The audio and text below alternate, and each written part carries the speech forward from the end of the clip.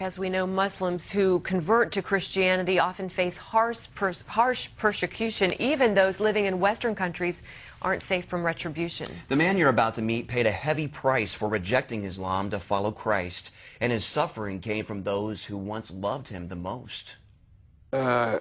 Adam will never walk again. His legs bear the scars of many operations to repair a devastated muscle, tendon, and bones.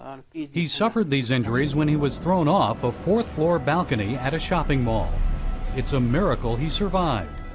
What's more shocking is that the person who ordered the attack was his own mother.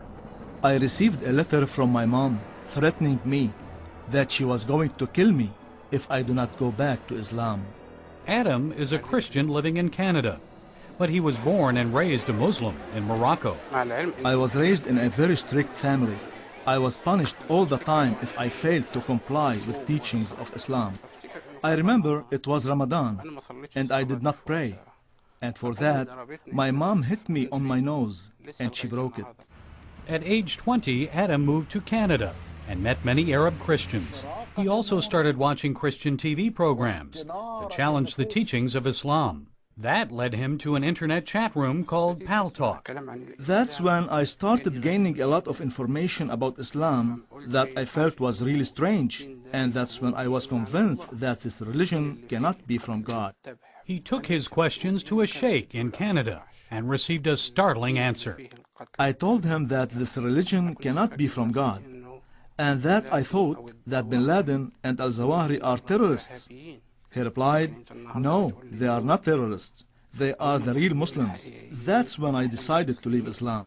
Through Pal Talk and the ministry of Father Zachariah Boutros, Adam discovered the Bible and Jesus Christ. I finally felt like I found what I have been looking for all my life. I found a loving God who died for me on the cross. I dedicated my time to study the Bible and pray, and that's how I found my way to Jesus Christ. For this Muslim turned Christian, it was the beginning of many trials. His wife of 6 years left him, and his family began a campaign to force him to return to Islam. They even had him arrested when he went to Morocco for a visit. I was tortured every day. They used to hang me upside down and beat me up. After 21 days, my mom came and asked me if I have changed my mind. I said that I would never forsake Christ, even if she wanted to kill me.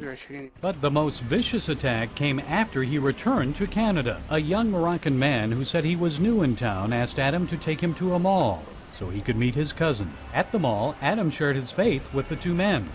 As he was preaching the gospel, they pushed him off a balcony, and he plunged 4 stories to the hard floor below. He didn't wake up for 15 days and has spent the last 7 months in hospitals. Doctors say he'll be confined to a wheelchair for life. But Adam is not angry with the men who attacked him or his family. Even with all the pain and suffering, I still rejoice because I know that I believe in the real God. What hurts most is knowing that my mom and my whole family believe in the wrong God. I always pray to God and ask Him to bring them to Him. And that's the only thing that will heal my wounds. And even from his hospital bed, he's ministering to Muslims. He logs on to Pal Talk every day to tell them the truth about Islam. And he has a special message for former Muslims, now following Jesus Christ. Jesus did not promise us virgins when we die, and He did not promise us rivers of wine. Instead, He said, "In the world you will have tribulations, but be of good cheer. I have overcome the world." Believe me, I felt the hand of God working through all the troubles I went through. I was denied by parents, friends, and country. But with Christ, all things are better. Gary Lane, CBN.